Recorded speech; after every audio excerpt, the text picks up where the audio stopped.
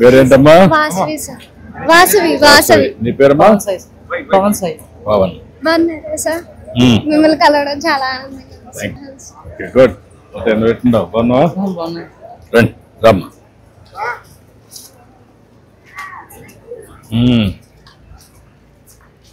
నువ్వు TCS లో పని చేస్తున్నావు కదా? ట్రైనింగ్ కింద పని చేస్తున్నావు.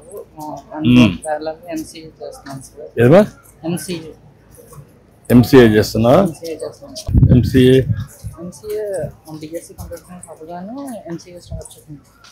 MCA ఫస్ట్ ఇయర్ ఎండింగ్ లో ట్రైనింగ్ కింద TCS నుంచి ఆఫర్ వచ్చింది. ఇప్పుడు నువ్వేం చేస్తున్నావా? 10th చేశాను సార్. ఇంకా అమ్మగారికి బాగోక ఇంకా ఇంటికాడే ఉన్నాను. వదిలేసావమ్మా? మళ్ళీ పోలేదా? అమ్మకి హెల్త్ బాగోదు కదా సార్. ఇంకా ఆవిడకి కేర్ టేకర్ పని ఏమి చేయకూడదు సార్. ఇంకా ఆవిడకి పని చేయడం గట్టా అన్ని ఫుడ్ వండి పెట్టడం చేయడం. ఇంటికాడ ఉన్నాను. ఎన్ని రోజులైంది మనం నిలిపేసి చదువు నిలిపేసి? 10th క్లాసు 4 years అయింది. 2020లో చేశాను. 2020లో చేసాము.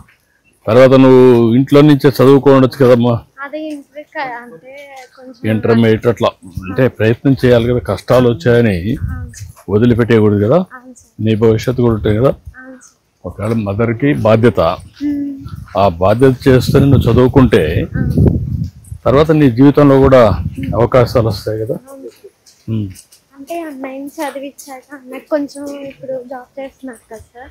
ఆ సేవింగ్స్ లో కొంచెం నన్ను కూడా చదివిద్దామని ఇంటికి ప్రైవేట్ గా కడదామని అంటే నువ్వు బయట పోయి చదువుకుంటావా లేకుంటే ఇంటికాడ ఉండి చదువుకుంటున్నా?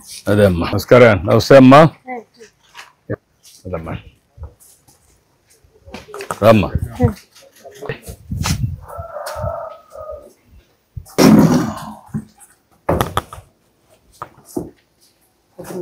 రండి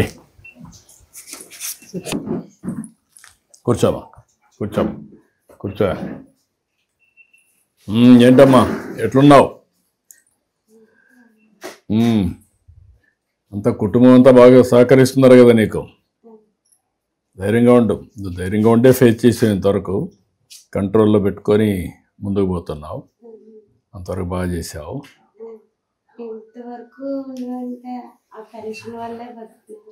అదే అమ్మా. ఆ పెన్షన్ వల్లే నా పిల్లలకి నా మందులకి సార్చికి వాటికి పెన్షన్ వల్లే. ఇప్పుడు నువ్వు బాగా చదువుకున్నావు కదా, MCA అవుతుంది.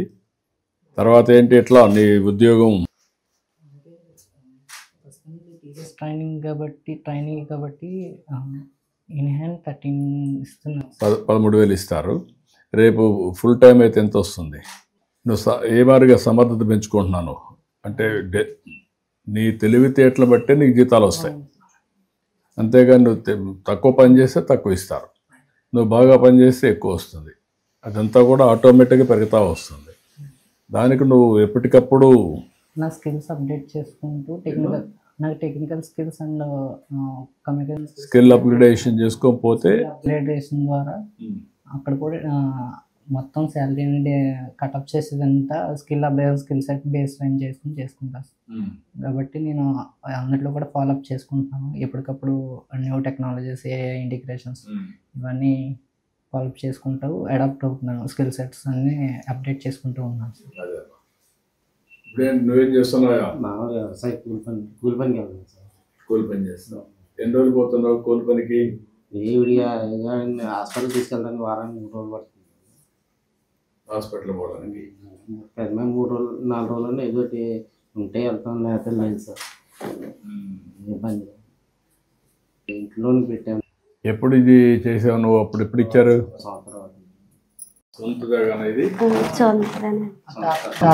తాత వాళ్ళది నుంచి వచ్చింది. సొంతదేనండి. అయితే వారానికి 3 రోజులు ఆయన కూడా వస్తారండి. ఉన్న 3వ రోజున ఉంటే బయటకు పిలుస్తారండి పనిలోకి రమ్మని. అదే వ్యవసాయం పనులండి. ఆగితేతని, కట్టేతని, కోతని, గట్లంకలు కానీ. ఇక్కడ కొంచెం ఐస్ ఫ్యాక్టరీలు గట్టా ఉన్నాయండి. ఆ ఫ్యాక్టరీ పనికి వెళ్తారండి. ఉన్న రోజున వెళ్తారండి, లేని రోజున వెళ్ళండి. ఇప్పుడు నీకు ఇది వచ్చిన తర్వాత నువ్వు అన్ని జాగ్రత్తలు తీసుకున్నావమ్మా అప్పట్లో బిగినింగ్లో? అన్నీ తీసుకున్నానండి. అది ఒకసారి డాక్టర్ వాళ్ళు చెప్పింది ఏంటంటే మామూలుగా షుగర్ ఉన్నా బీపీ ఉన్నా అక్కడి నుంచి పెరుగుతుంది షుగర్ ఉంటే. నాకు బీపీ వల్ల పెరిగిందని అన్నారండి. బీపీ ఎక్కువ అయిపోయింది వల్ల వచ్చేసింది అన్నారు. అదేమ్మా దాని మీద ఎక్కువ వచ్చింది. అంటే ఇన్ఫెక్షన్ వచ్చినా కూడా పళ్ళలోకి గట్టి వెళ్ళలేదండి. ఇప్పుడు వెళ్ళేదానివా? ఇప్పుడు కాదండి, బిగినింగ్ లో అంటే ఫ్యామిలీకి అప్పుడు కొంచెం, ఇప్పుడు అంటే ఇల్లు కట్టుకున్నా, అప్పుడు ఇంక ఇల్లు కూడా లేదు సార్. 2011 నుంచి ఇంకా చిన్నపిల్లలు. మా ఎడ్యుకేషన్ కోసం ఇద్దరు వెళ్ళేవాళ్ళు. ఆవిడకి హెల్త్ బాగోపోయినా అది కాకుండా కొంచెం అటు ఇటులో ఒకరోజు ట్యాబ్లెట్స్ వేసుకుని వెళ్ళి పని చేసుకుని వచ్చి ఇంట్లో పని చేసుకుని మామూలు స్కూల్కి పంపి అలా చేసి. డయాబెటీస్ కంట్రోల్ చేయలేదా నువ్వు? ఇప్పుడు సరే, అప్పుడు బిగినింగ్ 2011 సార్. 2011 నుంచి 19 వరకు 22 వరకు ఆల్మోస్ట్ 11 ఇయర్స్ ఈ మెడిసిన్స్ మీద వచ్చారు సార్. సో ఆ కంట్రోల్ ఉంది కాబట్టి 11 ఇయర్స్ టైం ఇచ్చింది మన డిసీజ్. లేకపోతే ఇంకా చాలా ఎర్లీగా. అంటే ఫుడ్ హ్యాబిట్స్ మార్చుకుంటే మారేది కదా కొంచెం. నువ్వు ఇప్పుడు బిగినింగ్ లో అంతా నువ్వు రైసే తిన్నావు కదమ్మా? రైసే తిన్నావు, అదే కదా ప్రాబ్లం. కొంచెం డిలే అయ్యేది సార్. ఇంకా ఇంకో 3-4 ఇయర్స్ మనం డయాలసిస్ ఆపగలిగేవాళ్ళం. డయాలసిస్ ఆపేవాళ్ళం, ఓసారి కంట్రోల్ కూడా అయ్యి ఉండేది. డయాబెటీస్ ఇది గేట్వే ఫర్ ఆల్ డిసీజెస్. ఒకసారి డయాబెటీస్ కానీ ఇదైతే కంట్రోల్లో లేకపోతే ఇంకా అన్ని డిసీజెస్ వచ్చేస్తాయి. అక్కడి నుంచి మల్టీ ఆర్గన్స్ ఫెయిల్యూర్ అవుతాయి. That is the problem hour కేసులో. పాస్ అయ్యా? 10th ఎన్ని మార్కులు వచ్చాయమ్మా? 498. ఏంటంటే అమ్మాయిలు ఏం చేస్తాను? ఇప్పుడు నా సేవింగ్స్ లో కానీ అంటే ఎడ్యుకేషన్, నేను ఇప్పుడు ఎడ్యుకేషన్ కూడా ఫీజు కట్టుకున్న తర్వాత నా సేవింగ్స్ నుంచి వచ్చిన మంత్లీ సేవింగ్స్లో తీసి తనకి ప్రైవేట్గా ఇంటర్మీడియట్ ఇప్పుడు రాయిస్తావా? అప్లై చేసాను సార్. ఇయర్ చేస్తారా? చేశారా? ఓకే, చదివించు. ఇంటర్మీడియట్ అయినాక అవసరమైతే హైబ్రిడ్ మోడల్లో ఇంటి దగ్గర ఉండి చదువుకోవడం ఒకటి. ఇప్పుడు నైపుణ్యం పోర్టల్ కూడా ఒకటి తీసుకొస్తున్నాం. ఆ నైపుణ్యంలో కూడా ఇంటి దగ్గర కూడా నేర్చుకోవచ్చు.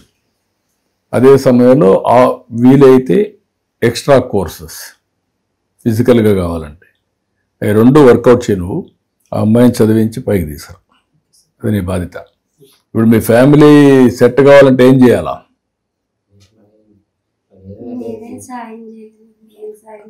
కదమ్మా, ఏం చేస్తే అంటే నాకు రాష్ట్రం అంతా ఉంటుంది, బట్ మీరు ఇబ్బందుల్లో ఉన్నారు, అందుకనే మీకు 10,000 అట్లా కూడా పెట్టాను, పెన్షన్లు ఇవన్నీ.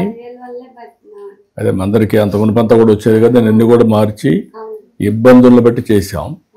ఇప్పుడు కొత్తగా కూడా ప్రాజెక్ట్ సంజీవని ఒక ప్రాజెక్ట్ తీసుకొస్తాం. అందులో మీ ఇలాంటి వాళ్ళందరినీ పెట్టి ప్రివెంటివ్ కింద ఏం తింటే కంట్రోల్లో ఉంటుంది, మెడిసిన్స్ ఏ విధంగా తీసుకోవాలి, టైం టు టైం ఎట్లా టెస్టులు చేయాలి, అవన్నీ కూడా పెడుతున్నాం.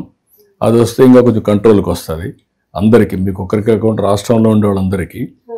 నీలాంటి వాళ్ళు ఒక 6-7% ఉంటారు ఎక్కువ. అంటే డిసీజెస్ వచ్చి కొంచెం కిడ్నీ కానీ, లేకపోతే షుగర్ కానీ, డయాబెటీస్ కానీ, నర్వ్ ప్రాబ్లం కానీ, హార్ట్ ప్రాబ్లం కానీ, క్యాన్సర్ కానీ ఇలాంటి వచ్చేవాళ్ళు ఉంటారు. వాళ్ళందరినీ ఏ విధంగా చేయాలి, డిసీజ్ రాకుండా ఉండాలంటే, తగ్గించుకోవాలంటే మన తినే తిండి పైన, మన ఆలోచన, మన వాతావరణం ఇవన్నీ ఉంటాయి కూడా ఆలోచిస్తున్నాను. కాబట్టి ఇప్పుడు మీ కుటుంబం బాగుపడాలంటే ఏం చేయాలి?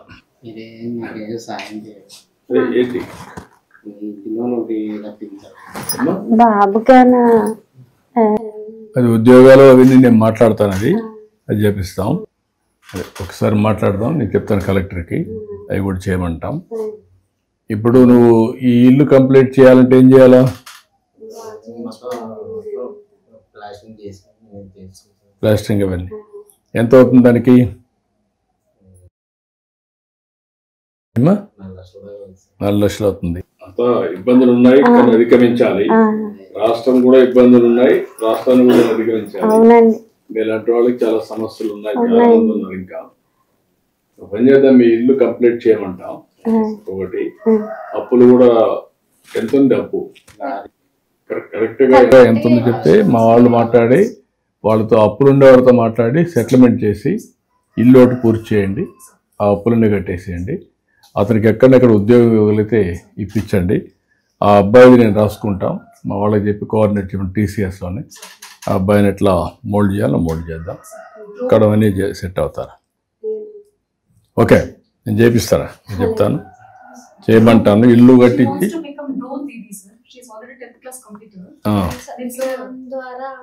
ఓకే, నువ్వు పని చేయమైతే చదువుకుంటూనే నీ డ్రోన్ పెట్టిస్తారు, దాంతో నువ్వు అదనంగా 10 రూపాయలు సంపాదించుకునే పరిస్థితి వస్తుంది. నువ్వు ఆ పని చేయి, తర్వాత మీ నాన్న చూస్తారు.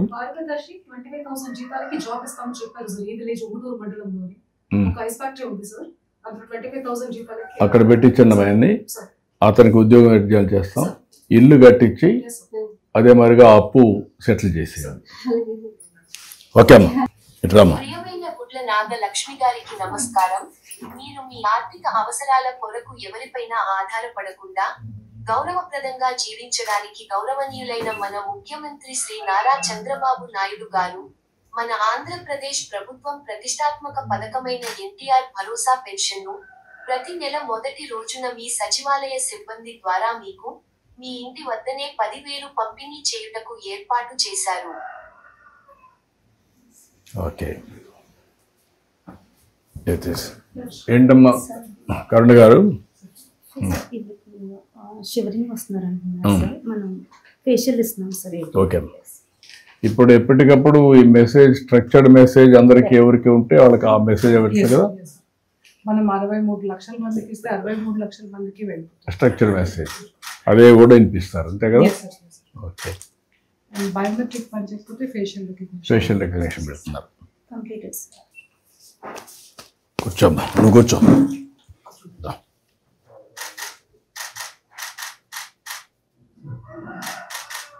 ఓకే, జాగ్రత్త చూసుకో, నువ్వు జాగ్రత్త చూసుకో.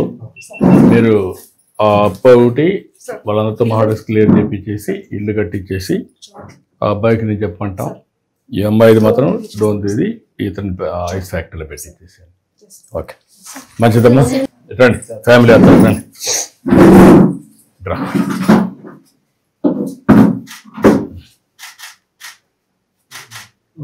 ఓకే అమ్మా, వెరీ గుడ్. గోపినాథపట్నం సచివాలయంలో welfare and education assistants. Okay okay అమ్మా, థ్యాంక్ యూ అమ్మా, థ్యాంక్ యూ అమ్మా, థ్యాంక్ యూ అమ్మా,